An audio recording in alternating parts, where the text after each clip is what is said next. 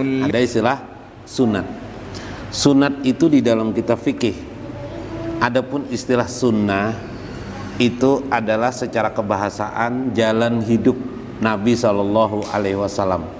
Sunnatun jamaknya sunan, jalan-jalan hidup Nabi Shallallahu Alaihi Wasallam. Lalu apa bedanya? Nah, gitu kan, antara sunat dan sunnah Nabi Shallallahu Alaihi Wasallam.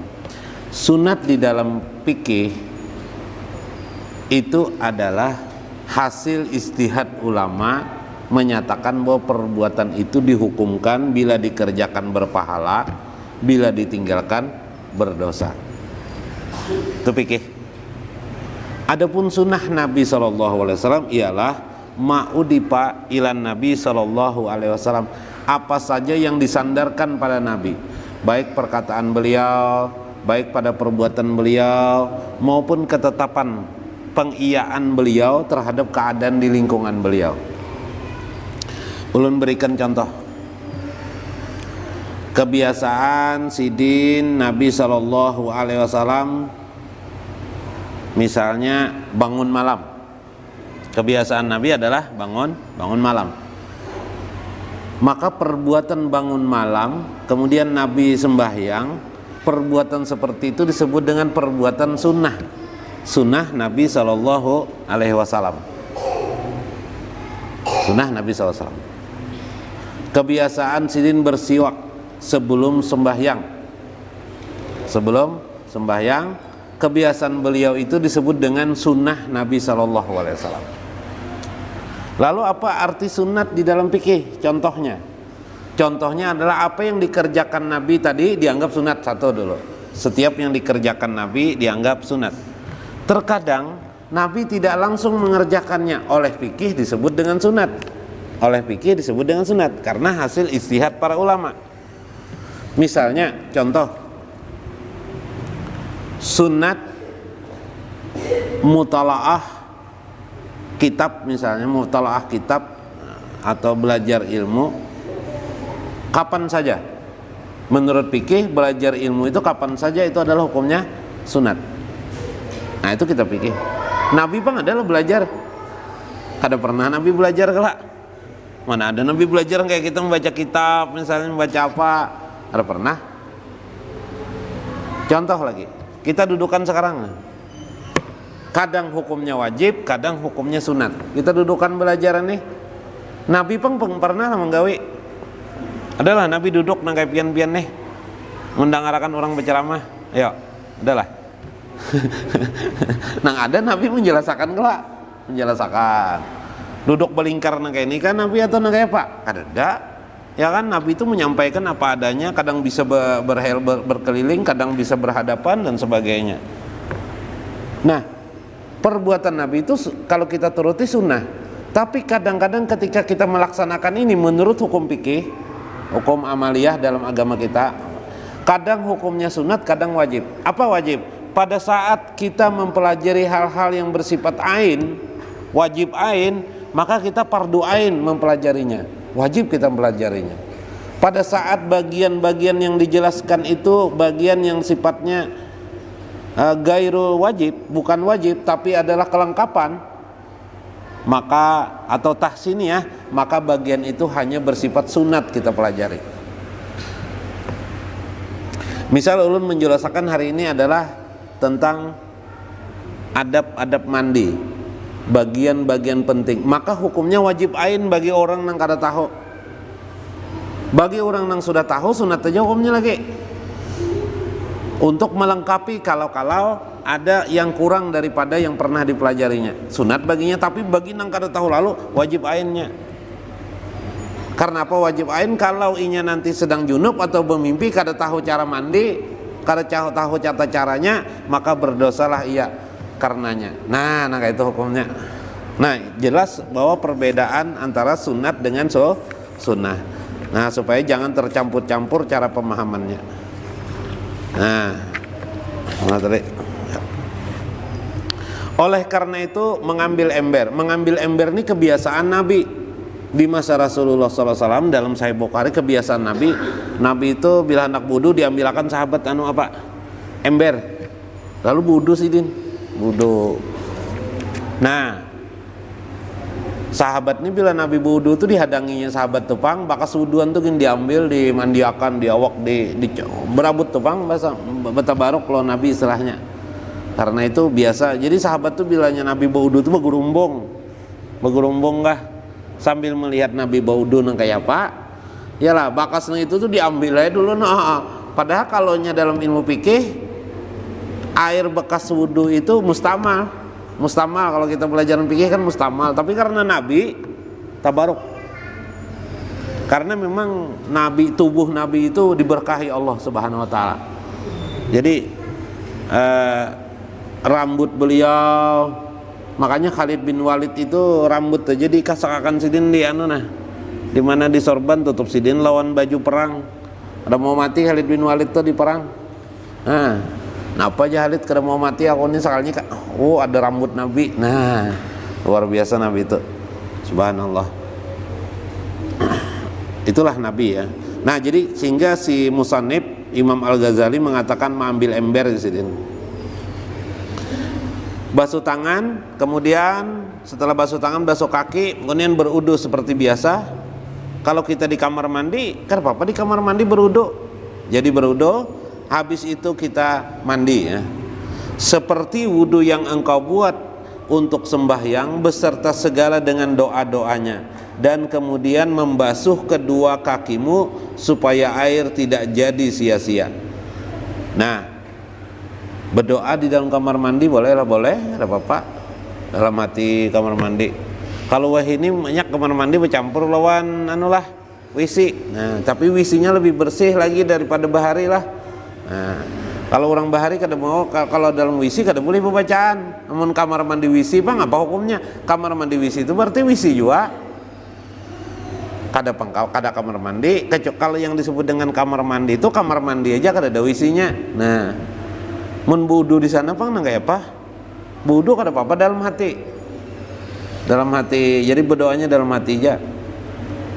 Kalau sebut tungap-tungap muntung. Nah, tapi kalau membaca nawaitu wudu alillahi ta'ala itu tidak termasuk bacaan yang dilarang.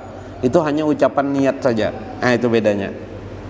Awalnya kalau maka rigat yang dimaksud rigat itu adalah najis. Selama tempat itu kada ada najis, kada ada masalah.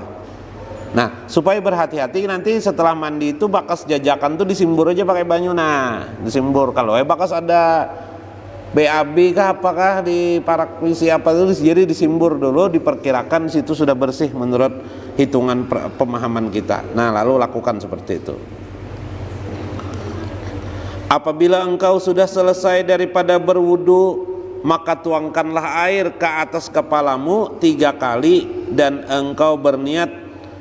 Nah, ini berniat mengangkatkan, menghilangkan hadas junub kalian dengan bacaan, dengan niat.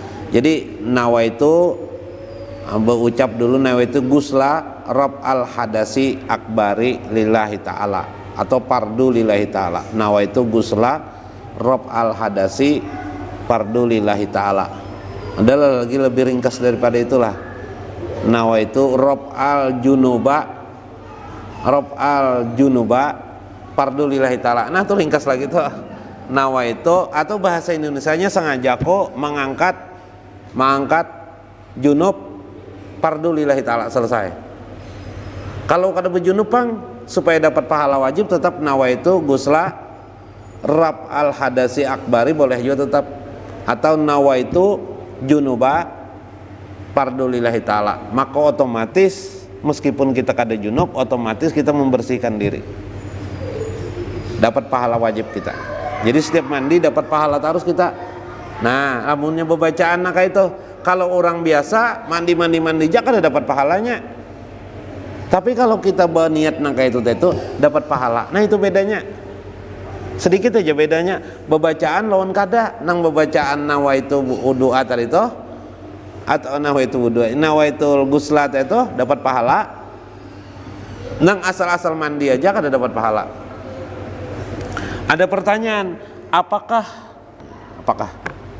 orang yang sedang berjunub lalu dia mandi, hilangkah? Apakah sudah hilang junubnya? Nah, itu kalau jangan pakai anunya iyalah. ada orang bejunub, orang muslim nih orang bejunub, mandi ambah habis junub nyalon bininya, kadalon bininya kalon warik kata serah pokok misalnya nih lah. Nah ini kan fikih nih, batu mandinya mandi asal mandi aja. Apakah terangkat junubnya? Dalam fikih mereka tidak termasuk terangkat junubnya, karena niatnya tidak ada mengangkat untuk junub. Sama ya kita sembahyang nih, kada ada berniat sembahyang, tapi gerakannya sembahyang. Nah aja bacaannya Fatihah, tapi niat sidin kada ada sembahyang. Sembahyang lah sidin tuh kada.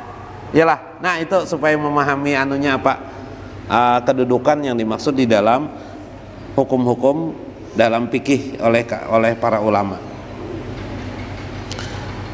Maksud mengangkatkan itu ujar sidin menghilangkan hadas junub. Kemudian tuangkanlah air ke sebelah badanmu yang kanan dan ikutilah dengan sebelah kiri. Nah disunatkan ini mandi sudah dapat pahala wajib, junub tadi itu dapat pahala wajib, kita junub sudah. Supaya mandi itu bertambah pulang pahala, jadi sudah dapat pahala kita nih, ditambahi pulang pahala. Memulai mandi itu tadi itu apa nih, memukulakan kemana nih, ke bahu lah. Nah ke bahu, nah sini ke bahu sebelah kanan mandi itu dulu. Mun sawar bang kawai juga sebelah kanan lah, sawar kawai juga kalau wae ulun pae sawar pae kada bakayo ba anu tuh jar, kada beember lagi we ini jar. Jadi ulun kada kawan urut itu pae jar, ya kayak barang aja seraja kada apa-apa nih memadahkan supaya dapat pahala aja. Nah karena kenapa dapat pahala? Karena Nabi SAW bersabda, ujar Nabi, dahulukanlah apa yang didahulukan oleh Allah Subhanahu wa Ta'ala. Maksudnya adalah yamin, maksudnya adalah sebelah kanan. Jadi melakukan sesuatu itu pada umumnya bila kita berniat karena Allah mendahulukan yang kanan, kita dapat pahala. Apa aja? Kemarin anu kuku, memotong kuku sebelah kanan dulu dapat pahala kita. Niat melaksanakan sunnah Nabi dapat pahala pulang kita. Nah, jadi banyak mana pahala nih. Amun kita mau memutikinya, amun kita kada mau memutikinya, kada ada bisi pahala lalu rugi bana hidup. Nah, itulah beda orang berilmu lawan yang kada, itu aja. Cuma orang wahini belajaran agama tuh mbahno katuju mencari berkahnya aja, ilmunya kada dicari. Kenapa yo? Mencari berkah ini nyaman nah, duduk sambil taburing gak dapat aja berkah. Mencari ilmu ini nah memikirkan ya, kalau lah duduk ngongot mikirakan. Lawan kedua pulang belajar ilmu agama ini kada dapat gelar. Mun belajar di sekolah dapat gelar kelak. No, doktorandus gelar, insinyur gelar macam-macam ini gelar ya kelak, MA apalagi STI apa-apakah. Apa aja orang SST ini sarjana apa, TI ini jar teknologi kah, mun kakanakan baca T itu bisa tikos artinya. Sangit orang apa aja itu ST itu tolak larang tolak jarna. Nah ini gelar yang dicari orang lah. Jadi menuangkan air ke sebelah kanan, menuangkan air ke sebelah kiri. Makanya nang memandi mayit pin ada kelak orang memandi mayit disunatkan memandi mayit itu sebelah kanan dulu 3 kali ya lah, batu sebelah kiri 3 kali, hanya kepala 3 kali. Disebut orang dengan mandi 9. Pas ada nang keluaran dari belajar kuliah di Makkah mendang ada orang mandi 9 ya orang.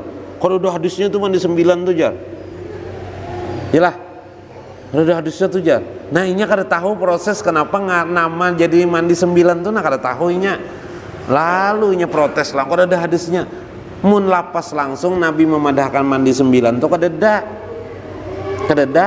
Cuma Nabi mengajarkan Nabi itu bila mandi silin ke sebelah kanan dulu bedahulu, batu ke sebelah kiri, yalah batu ke kepala. Nah 3 kali. Nah itulah lalu oleh ulama dinamakan dengan mandi 9. Kayak itu kisahnya nong datang ini mana teknya aja kada ada Nabi memadahkan mandi 9. Nah itu pang, nah inya kada paham itu pang karena kada paham. Dan gosoklah bagian depan dan belakang diri badanmu, dan selat-selati tawelah. Di selat-selati itu kok sini kah, nah katiak di selat-selati kayak kita menggosok sambil menyelat-nyelati air, mengibas-ngibasakan air. Ayo paham aja tuh, karena bila kada paham juga takoni kuitan di rumah napa enggak ada bisi kuitan lagi takoni bini tahu aja tak. Selat-selati rambut di kepalamu juga, di rambut kepala tuh dikocak-kocak tuh dia apa? Nah dikeramas, bahasa Indonesianya dikeramas bujur banget tuh. Nah pas banget tuh. Dan juga janggutmu, nah kalau ada janggut tapak akan, nah dikeramas janggut. Mun janggutnya sedikit kerusakin, membebaya berapa bilah aja ya Allah. Dan sampaikan air itu ke tempat yang berlipat-lipat. Nah kayak apa tuh berlipat-lipat, anu aja lah, daripada badanmu. Ini katiak berlipat-lipat tuh maksudnya, bagian sengkongongan berlipat-lipat. Dan ke tempat tumbuh rambut, baik yang tipis maupun yang lebat atau tebal. Dan jangan sekali-kali engkau menyentuh kemaluan setelah berudu tadi. Jadi bila kita sudah berudu, makanya tadi itu sebelum berudu dibasuh dulu kemaluan, habis itu berudu, habis itu mandi. Bila tersentuh kemaluan telapak tangan kita nih, wudu kita batal. Paksa ulangi wudu kita pulang. Wudu pulang, terus akan mandinya. Nah, lawas bana abahnya nih jar bila mandi apa batal terus sekalinya sidin. Nah, mandi itu kalau di kakus tuh boleh aja betilanjang lah, boleh aja lah. Nah, betilanjang boleh lah aja. Ini Pak rahasia bana betakon aja. Betilanjang boleh lah mandi aja. Boleh aja lah apa-apa, asal orang kada melihat. Jadi kamar mandi itu sama lawan baju deh sudah. Kamar mandi kan betutup. Mun kamar mandinya kaca kelihatan orang tuh lain pulang ngarannya. Nah kayak Mas Sigit nih kan betutup nih tapi kaca nih kelihatan orang dari luar nih kita nih, ada apa-apa Mas Sigit nih. Nah tapi pada hakikatnya kamar mandi itu sudah merupakan baju. Sama di dalam fikih itu kepemandian, ke WC itu disunatkan pakai topi, pakai tutup kepala, itu disuruh Nabi. Bahari itu wisi kada bapak batap. Wah ini sudah batap, jadi sunat berdulu sudah kita. Sebelum masuk sudah sunat ada dah lu. Nah untung mana hebat kita zaman ini. Nah bahari ulama menyuruh pakai topi.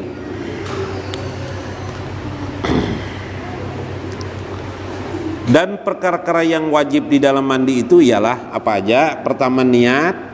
Sudah, itu perkara yang wajib itu. Kedua, menghilangkan najis daripada badan, sudah kita lakukan, itu menggosok tangan, menggosok kaki, kemudian berwudu. Kemudian meratakan air ke seluruh anggota badan. Istilah mazhab Imam Syafi'i itu namanya hiwalah dalam fikih. Hiwalah itu wajib meratakan air ke seluruh tubuh. Jadi yang disebut dengan mandi junub itu ada 3, niat, kemudian tadi itu menggosok atau menghilangkan najis di tubuh. Nang ketiga adalah meratakan air ke seluruh tubuh, disebut dengan hiwalah. Jadi dikira-kira air di mana nang belum simbur. Misal meratan mandi tadi itu terakhir habis mandi bagian mana lagi nang belum terbasuh nih, katiak misalnya simbur pakai banyu menutupinya, selesai. Hiwalah lah, terjadi hiwalah. Itu aja. Kalau mazhab Imam Malik wajib digosoki semuanya nih Pak. Lucut juga. Malakan Imam Malik tuh, lamun Imam Syafi'i cukup hiwalah merata air. Sama wudu, kalau mazhab Imam Malik tuh wajib digosok-gosok nih. Kalau kita mazhab Syafi'i wudu tuh cukup dia merata air nih. Tuh, teratakan air. Nah, nyaman mazhab Syafi'i ini gampang tapi ada pokoknya yaitu meratakan air. Menghilangkan najis. Dan perkara yang wajib di dalam wudu itu ialah, apa yang dalam wudu itu wajib? 1, niat, nawaitu wudu'a lillahi ta'ala. Yang kedua, membasuh muka, nang wajibnya sekali aja, sunatnya 3 kali. Membasuh muka itu sekali, sunatnya 3 kali. Membasuh kedua tangan sampai kedua siku juga sekali aja, sunatnya 3 kali. Menyapu sebagian daripada kepala sekali, wajibnya sunat 3 kali. Membasuh kedua kaki sampai kepada mata kaki sekali, wajibnya sunatnya 3 kali. 6 tertib. Nah, sudah selesai ada bab mandi. Awalnya memahami kita mandi, sempurna mandi kita itu, maka sempurna taharah kita itu keluar, kada perlu lagi kita mandi, kada perlu lagi kita baudu, karena sudah terpenuhilah maksud daripada wudu dan mandi. Kenapa demikian? Begini, kalau pian mandi tanpa wudu, tadi itu kan wudu kalau nih sunnah Nabi nih, sekarang pian mandi aja langsung, mandi junub aja langsung, bolehkah sembahyang tanpa wudu lagi? Jawabnya boleh. Jawabnya boleh. Jadi boleh. Mbah mandi junub, mbah tu mandi junub, niat mandi junub karena Allah Taala, mbah tu sembahyang, boleh. Mandi itu sudah merupakan lebih besar daripada sekedar berwudu. Kalau berwudu itu kan hukumnya lawan mandi itu lebih besar, karena mandi itu bisa menghilangkan hadas besar, sedangkan wudu hanya menghilangkan hadas kecil. Kalau pian menghilangkan hadas besar, otomatis menghilangkan hadas kecil ngaranna. Jadi boleh, tapi kada dapat pahala sunat wudu. Nah, 1. 2, kada dapat sunnah Nabi. Lalu itu mengesahkan apa beda sunat dan sunnah, iyalah. Nah, sunnah Nabi, 1 dapat pahala sunat cara istihad ulama karena melaksanakan tertib fikih tadi. Yang kedua dapat pahala sunnah Nabi. Sunnah Nabi adalah baudu dulu sidin baru mandi. Kalau anu pang jar betakon ulun bah mandi jar baudu ulun jar, boleh jual situ, boleh hai. Kalau ini betakun boleh aja pang, boleh aja, boleh. Bah mandi batu bodoh sih den, boleh aja, boleh hai. Ini betakun boleh. Mun betakun abdal, nah kayak apa? Namun abdal itu nak dapat 2 pahala. Tadi baudu sebelum mandi, dapat pahala sunat, dapat pahala sunnah Nabi pulang. Nah, Nabi itu nang kayak itu kebiasaan gawin sidin. Nah, itu rumusnya. Karena itu di dalam keagamaan itu bertingkat-tingkat pengajarannya. Bertingkat-tingkat itu maksudnya tinggal kita mengambil hikmah di dalamnya. Ada pelajaran pokoknya, ada pelajaran yang sifatnya pelengkap. 1 dari segi itu. Dari segi 2 pulang, dari segi tingkatan martabat berbeda-beda juga. Semalam nun kisahkan pernah di sini mungkin atau di masjid lain. Menghadap Allah, setiap orang dengan orang yang lain berbeda-beda makom kemampuannya di sisi Allah. Yang membedakannya itu setelah ibadah nih bagus sudah, mandi bagus sudah, ibadah bagus sudah, sah semuanyaan, bahasa lainnya sah dari gawe, sembahyang kita semuanyaan. Pada saat kita sembahyang menghadap Allah Subhanahu wa taala, ada lagi pulang makomnya toh.